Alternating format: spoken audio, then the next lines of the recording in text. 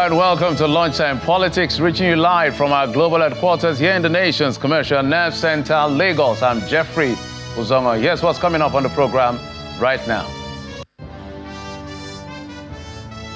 Organized labor say no action will be taken by the unions until President responds to a proposal presented to him by the Tripartite Committee on new national minimum wage.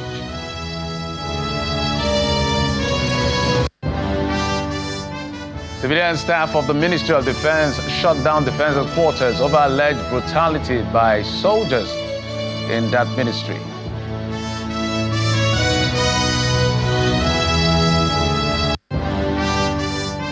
And controversy continued to trail a state high court judgment declaring that Martins Amewule and 26 lawmakers who defected to the APC are still members of the PDP by law.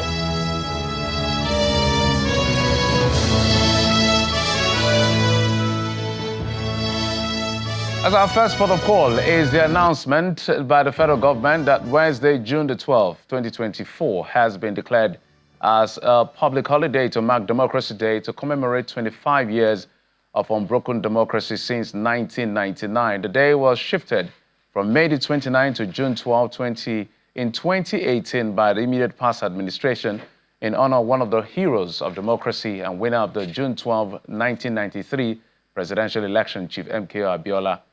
In a statement by the federal government, to mark this year's Democracy Day, the Ministry of Interior says it's a day for Nigeria and friends of Nigerians to appreciate the progress made so far since 1999, coming from the military era. The 2024 Democracy Day will be the second for President Bola Tinubu, who was sworn in as Nigeria's Commander-in-Chief on May 29, 2023.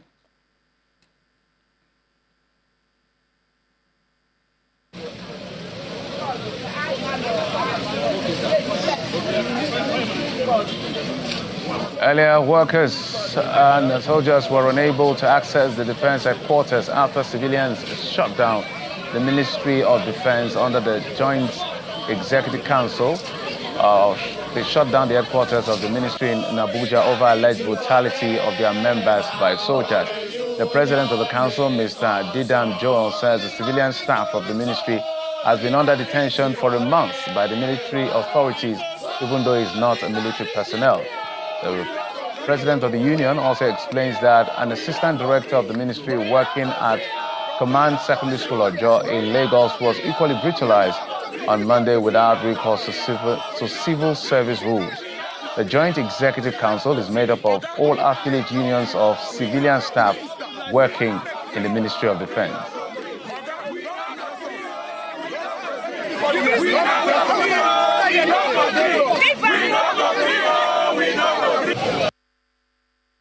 Yesterday, you see the videos trending where one of our assistant director, civilian, was brutalized by some private soldiers in Lagos, the Command Secondary School in Ipaja, Lagos. And they have killed somebody already, one of our members, Comrade Richard, for some months back. 2 months ago. And we have asked the management to react, but up to today, we've not seen any action. And continuously, last month, one of our civilian staff was locked in the guard room at Jaji for 1 month, over a month now. It was because we had to meet the PAMSEC that they called and he was released. And then yesterday again, this incident happened again. So it means we are endangered species in the Ministry of Defense. And that is why we have agreed in the union that all the civilian personnel should withdraw all our services in all the Ministry of Defense formations, everywhere from the headquarters to all the CPUs. Nationwide, we are withdrawing our services to the military until the Minister of Defense himself, and the CDS come here, and then we will give them our own demands. Yes. Because we are endangered now. We don't know who will be next. Richard has died. So many people have been brutalized. Too much. So we are not taking it again. Well, let's stay in the nation's capital, where the Secretary to the Government of the Federation, Senator George Akume, is now in receipt the report from the Tripartite Committee on Minimum Wage and is promising that the document will be presented to the president for appropriate action.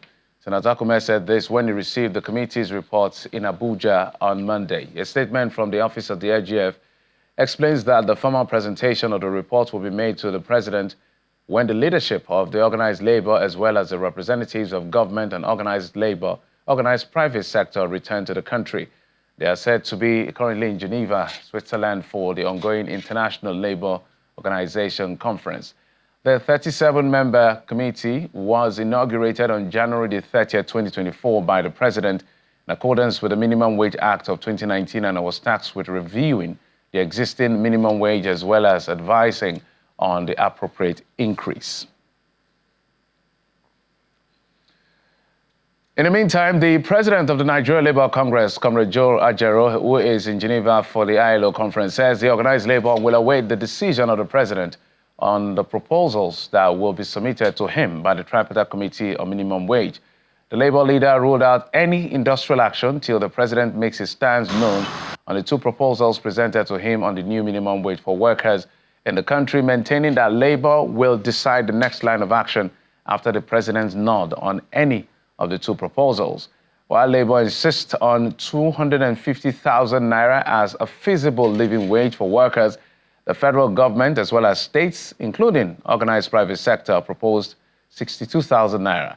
The Tripartite Committee submitted the two proposals to the president on Monday through the SGF.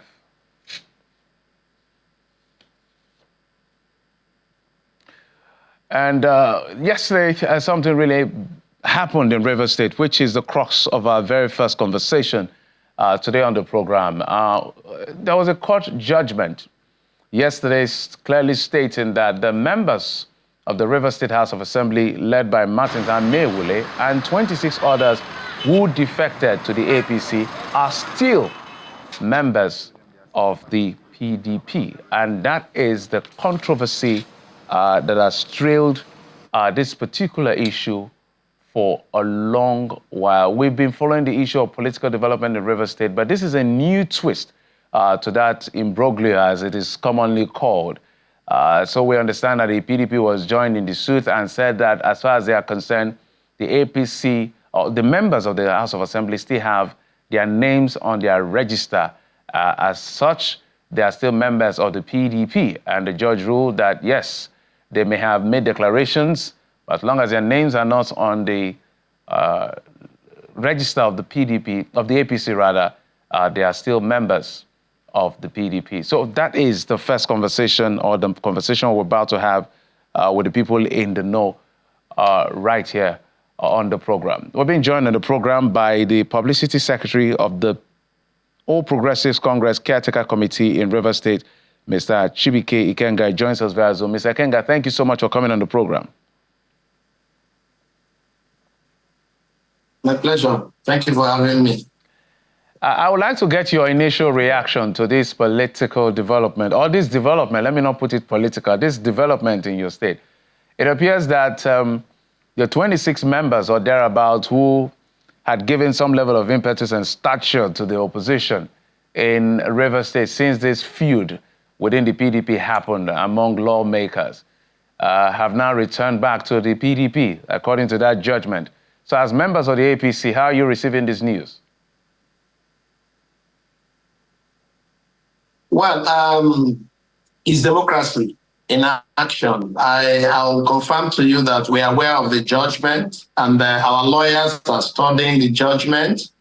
And then at the proper time, we will respond in a more profound manner. But to the extent that we are aware that that is the decision that has taken, we do know that what the court did say was that having signified intention to join the APC and that they have not gone through the processes, that they have not consummated their membership. That if that's the position of the law, well, so be it. As far as we are concerned, we are looking at it, and then we will continue to engage stakeholders to know the next line of action. Have you had the opportunity to speak with any of the members? Because of all this that is going on in the court, we haven't really heard from the members. If my producer can play up that particular video, I want to show you something way back in December. If that is ready, I can take that video of them chanting and singing the popular chant in honor of the president for members of the APC, on your mandate, we shall stand. That's the video. On your mandate, we shall stand. On your mandate, we shall stand. On your mandate, we shall stand. So in that video, I can clearly see Major Jack, the leader of the House, and a couple of other members I can identify. Have any of them spoken to you as to what is their position? They have the freedom of association. Does it look like they are now political orphans in somewhat? I don't know. The PDP had clearly said bye. The APC has said welcome. And now the law is saying go back to where you've been. What is going on? Well, like I said, we are still engaging stakeholders, including members of the House of Assembly. I can assure you that that's not the first time the members of the House of Assembly are singing on your mandate, Mr. You recall that they did say clearly and openly that they supported President Bola Ahmed Tinubu. So supporting President Bola Ahmed Tinubu to become president of Nigeria is also signifying the fact that they are in tune and in love with the APC. So APC membership has processes, and if they've not been able to consummate the processes, we will continue to engage everyone that is interested in our party to join us. So now that the law and the court has said that since they have not met all the requirements that to qualify them to be members of the APC, and we continue to obey the law, obey the position of the court, and then continue to engage further. So let's make a little bit of an hypothesis. Let's say they truly say, really, we haven't left. We just, however they want to characterize what happened. And what then happens to the PDP, the APC, which is the opposition that has been gaining some level of stature in the state, given the role they played in the past few months?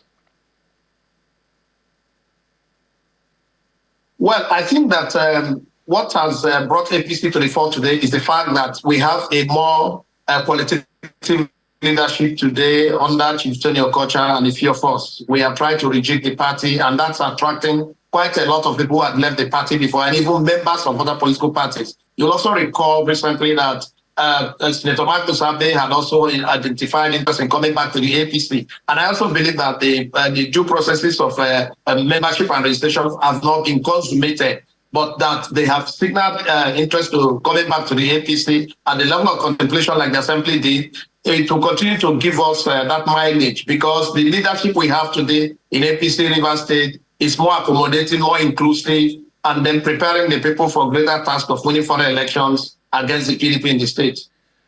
So I'll go back to your question I asked. I don't think you answered it directly as maybe I presume you should have answered it. So has there been any call in any direction? Maybe you, and when I say you now, the leadership of the APC calling these members, or the members calling the leadership of the APC since this judgment? No, I said that we are engaging our stakeholders, and then our stakeholders are setting the steps upon which we shall do further consultations in line with the court judgment. That's what we are doing presently. Yeah, I understand what you said. It's not as if I didn't understand what you said. It's a simple, direct question. As any member of the State House of Assembly who are affected, the guys in the eyes of the storm, have they reached out to the party leadership?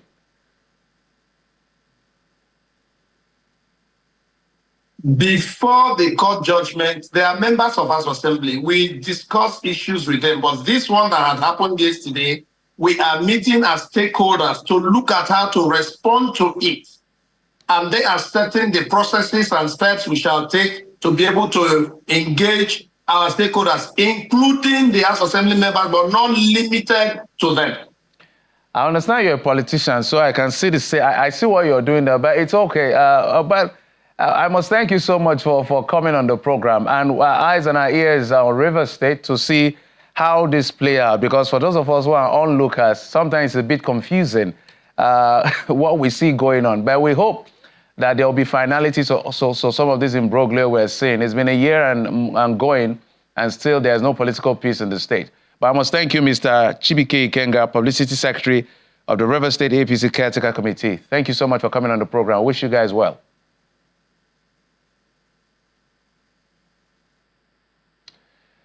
Well, that's it on that end, but that is not all as far as the Rivers politics is concerned. We're going to take a quick break now. When we come back, we'll continue that conversation with a senior advocate of Nigeria who is going to help us make sense of the legalese. I spoke to a politician.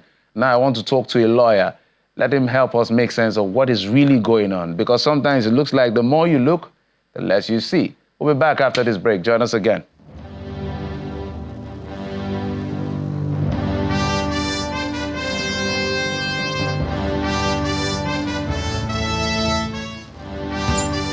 And just before we get to that conversation, let's tell you that governors of the states of the Southwest geopolitical zone reaffirmed their support for the establishment of state police in the country, just as they condemned the agitation by the creation of a Yoruba nation. This was part of the resolution they reached at their meeting in Lagos, where Governor Babajide Sanwo-Olu was elected chairman of the forum. Presenting the communique on behalf of his colleagues, Governor Sanwo-Olu says the forum supports the ongoing negotiation for new minimum wage. House Alausa Ikeja is the venue for the Southwest Governors Meeting. Governor Babajide Sanwo-Olu receives his counterparts from Ogun, Governor Dapo Abiodun, Governor Seyi Makinde of Oyo, Ademola Adeleke of Osun, Abiodun Oyebanji of Ekiti, and Lucky Ayedatiwa of Ondo State. They're all here to discuss issues of concern to the region. They step in for a closed-door meeting, which lasts over 4 hours, after which the Lagos State Governor reads the communique of the Southwest Governors Forum, highlighting their stand on national minimum wage and his emergence as the new chairman of the forum. The forum unanimously nominated and adopted the Governor of Lagos State, Mr. Babajide Sanwo-Olu, as its chairman. On minimum wage, the forum supports the efforts of the federal government, the Nigerian Governors Forum, and the organized private sector on their ongoing conversations with the Nigerian Labour Union. The forum believes that the outcome will reflect a true fiscal federalism that we all preach. The forum also encourages the federal government's effort on mineral resource exploitation. There should be a further collaboration between the federal government and states, especially in the areas of granting of leases to various investors. For the governors, the issue of hike in food prices and insecurity should be the least of people's worry. The governors reaffirmed their stance on state police. The forum condemns in strong terms the group of people agitating for the Yoruba nation. On security, the forum commends the relative peace we currently enjoy within our Southwest region and notes the collaborative efforts of all security agencies, including Amotekun Corps, and we reaffirm our support for the creation of state police. On food security, the forum acknowledged the efforts of the federal government and decides that our various Honorable Commissioner for Agric at all of our states should begin to meet and set up a working template which will encourage collaboration based on each state's comparative advantage. The Southwest Governors Forum commends the House of Representatives for its efforts at passing the Southwest Development Bill and looks forward to its speedy passage by the Senate for the benefit of the region. Let's also tell you that the Inspector General of Police, Mr. Kayode Egbetokun, is again assuring officers and men of the force of improved welfare aimed at enhancing policing duties in the country. Speaking in Abuja shortly before presenting checks of over 2.5 billion naira to families of victims personnel who died, Mr. Egbetokun says the welfare of the police personnel, living or dead, remains paramount to his administration. The IGP adds that he remains committed to providing enhanced welfare packages for all members of the police family, in addition to creating an environment where every personnel feels valued, protected, and well motivated for effective service. I must reiterate that the welfare of police officers remains paramount to this administration. As we endeavor to enhance the conditions under which they serve, we must also ensure that their families are not forgotten, particularly during times of need. We are committed to continually evolving new welfare schemes and revitalizing the existing ones to adequately support the families of our fallen heroes while improving the service conditions of serving officers.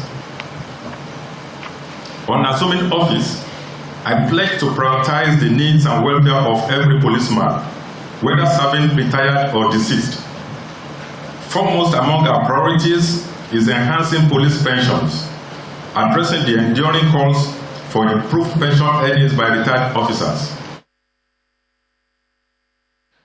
All right, let's get back to that conversation on what's going on in Rivers politics. As a background, for those of you just tuning in, of course, there's a judgment that says that the members of APC, the members who defected to APC, who were members of the PDP, about 6 months ago, the judge says, of course, they are still members of the PDP because there's no documentation to that effect. We're being joined on the program by a senior advocate of Nigeria, Mr. Ahmed Raji.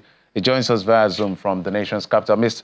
Leonard Silk, thank you so much for coming on the program, sir.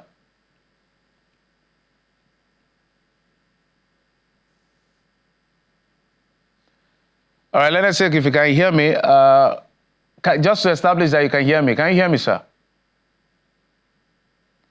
All right, so whilst we're trying to reconnect with the Leonard Silk, can you hear me now? Yes. I can hear you. Absolutely. So we need your intervention as far as the law is concerned. So, but I need to play you something just quickly. I need you to speak to it as my first line of question within the time we have. So this is when they defected on December 11, 2023, when the speaker read some of the letters of those who defected from the PDP to the APC. Let's take a listen. Members of this 10th Assembly, distinguished colleagues, these letters personally written by 27 members individually and sent to me in line with Section 101 of the 1999 Constitution as authored. Distinguished colleagues, I'll begin by reading the data written by the Right Honorable Barrister Tunde Mao, the Deputy Speaker of this House. It reads, the Right Honorable Martin Chika Mewili, DSSRS Speaker, Rivers State Assembly Law School, Takot, Mr. Speaker, defection to the All Progressive Congress, APC. I write to bring to your attention my decision to leave the People's Democratic Party, PDP. This decision to leave the PDP is necessitated by the division of the People's Democratic Party, of which I was elected to this House. So that's just an excerpt of what he said that particular day. Leonard Silk, the question everybody is asking, the judge seemed to say this is not enough in the eyes of the law. I don't know what your interpretation of that judgment is. Well, ordinarily, I shouldn't comment on a judgment that I have not read and in respect of a matter in which I have not participated. In this case, I do not know the quality of evidence before the judge and what was placed before him. It is one thing to read an excerpt as you have done, or to display an excerpt as you have called it, but what was the evidence placed before him? And I understand he was talking about locus. So, and no matter how beautiful a case is, or no matter how sound an argument is, if the plaintiff has no locus, it's as if nothing has been filed. So until we have the full judgment and we study his reasoning, it may be too hasty to continue to start assessing the judgment based on what you have just shown me. Okay, from what we gathered, I know you would like to see the CTC perhaps to be able to make a clear interpretation of what you are listening to. Is to say that we understand that the judge alluded to the fact that what makes someone a member of a political party is the person's name being on the register of the political party. There could also be an argument of updating political party register. That was the premise. So we also understand that it says that despite whether somebody makes a verbal declaration and all of that, there are things that are enshrined in extant laws that necessitate the establishment that somebody is a member of a political party. So that's the premise on which I'm asking you the question. The premise of whether or not the name is in the register, yes, or the name is not in the register of the new party. Yes, that's one of the major premises, that despite all we've seen in terms of that letter being read in the House of Assembly and then waving flags, declaring on your mandate we shall stand and all of that, that what the law says is about whether your name is in the register of the political party. That is the way he has seen the law. Anybody who is not satisfied with that may go on appeal. But I also understand, although I have not read the judgment, that he hinged his decision on locus. All these may just amount to nothing if there is no locus. By locus, let us say, if you mean for those who are not lawyers, by locus, you mean by, what do you mean? For those who are not lawyers, for the benefit who has the standing, who has the capacity to take the matter to court, who is aggrieved. The plaintiff in that case, what is his right? What is his capacity to go to court? In the absence of locus, whatever you are canvassing amounts to nothing. Let's also speak. So if on ground of locus, yes, please. Go ahead, sir. I thought you were done. Yeah, if on ground of locus, then there is nothing worth going into again. That if he has no locus, until that is reversed, there's nothing anybody can do on it. And on the question of whether the name is on the register or is not on the register, that is the understanding of the law as far as the judge is concerned. If anybody is aggrieved, it should go on appeal. Yes, because and besides, yes? My apologies, let us say, because of time, the senior advocate of Nigeria, your colleague, who is the AG, Attorney General, has also reacted, saying that there are still members. He made reference to some of the things we are playing out. But the quick question I want to ask before we wrap up is the issue of jurisdiction. Does it have is the court, State High Court, within the jurisdiction to entertain this kind of case that has to do with defection to another political party based on what we know? The Constitution has settled that they should go to Federal High Court, as far as my knowledge can carry me. Well, I didn't get that. There's a pronouncement. Pardon? I didn't get that. What I'm saying, when it comes to whether somebody has lost his seat or has not lost his seat, the jurisdiction is now in Federal High Court. So, but you don't blame the judge. The judge did not file the case. It is somebody who took the case there. And until we read the judgment, we will not know the numerous grounds upon which he arrived at his conclusion. So until we have the judgment, and the question of jurisdiction, was it raised before him? Was it canvassed? Was it argued? All right, Leonard Silk, that's the much time we have. We must thank you so much for your judicial intervention on this one. Mr. Ahmed Raji is the senior advocate of Nigeria. We wish we had more time to do justice to this conversation, but we don't have that much time. Thank you, sir. And that's it on the program. Thank you so much for your time and company. I'm Jeffrey Uzama. You've been served on Lunchtime Politics.